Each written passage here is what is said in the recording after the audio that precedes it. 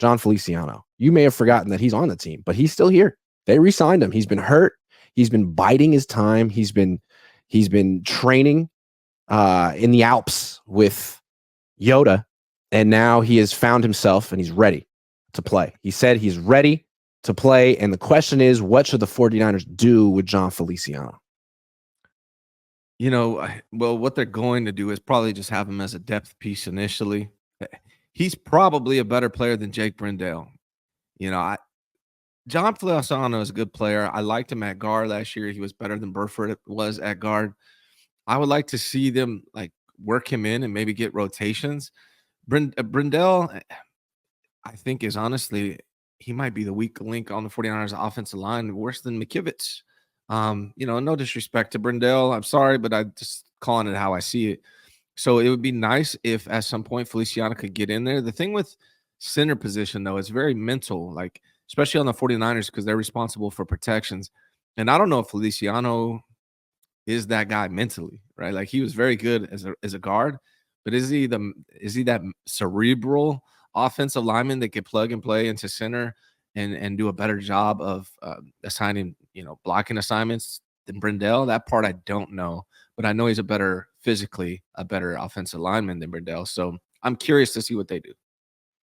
It's funny. I put on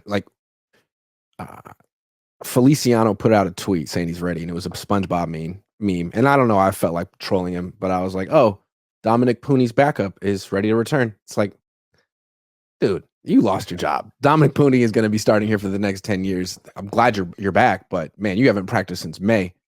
And so a lot of people were like, wait a second, this guy's going to take Brendel's job. And maybe he should. I don't know, but it's not like Brendel's great. It's just that Chris Forster loves Jake Brendel. Loves him. And I don't think Jake Brendel's doing worse than he ever did. It's just if you like Jake Brendel, this is what he does. And if you don't like Jake Brendel, this is what he does. Forster likes him. And I just don't see him changing his mind so he could start Jon Feliciano. Although maybe if forced to do so because of injury, the offense would be even better. I agree. I think he's going to be sort of like the backup everything, the backup center, the backup right guard, the backup left guard.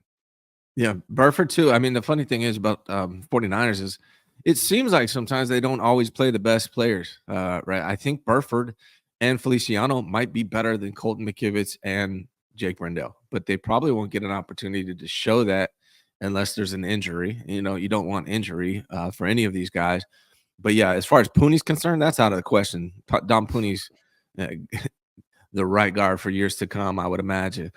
So it's really about Jake Brendel, Colton McKivitz. What are they going to do?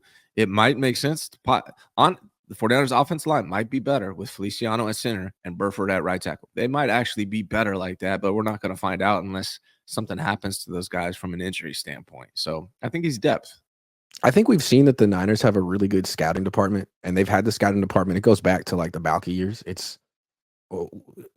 John Lynch came in here. He's no dummy. He's like, yeah, I'm keeping that. Kyle Shanahan was like, yeah, absolutely. These scouts, they seem like they bring in talent. The problem with the Niners is getting the best players on the field. And Feliciano, when he came in last year, he definitely was an upgrade over Spencer Burford. And you're wondering what took this so long? And what did you think you were seeing in practice? And then there's other positions too. Right now, Samuel Womack is having a hell of a season for the Colts. And he was on the Niners for years. And the Niners just wrote him off. Now, to be fair, I did too. I never thought he was that good in practice. But that just shows you practice is a different beast. You put a guy in a game, some guys step up, some guys don't. The Niners kept Ambry Thomas over Sam Womack, who is a good cornerback for the Colts right now. So you don't want more situations like that. It happens too much to the 49ers. They have a really good roster, and these players slip through the cracks. I'm not sure Feliciano, he's been around. I'm thinking more about, is there a young guy who's more ready than the Niners give credit to? I don't know. There might be. Look at the best players on defense for the 49ers. 3 out of the top PFF grades for the last game against the Seahawks on the 49ers were rookies. Evan Anderson had the highest defensive PFF grade on the 49ers in that Seahawks game, undrafted free agent. And then Renardo and Malik were in there as well. So it does seem like they get good guys, but I don't know.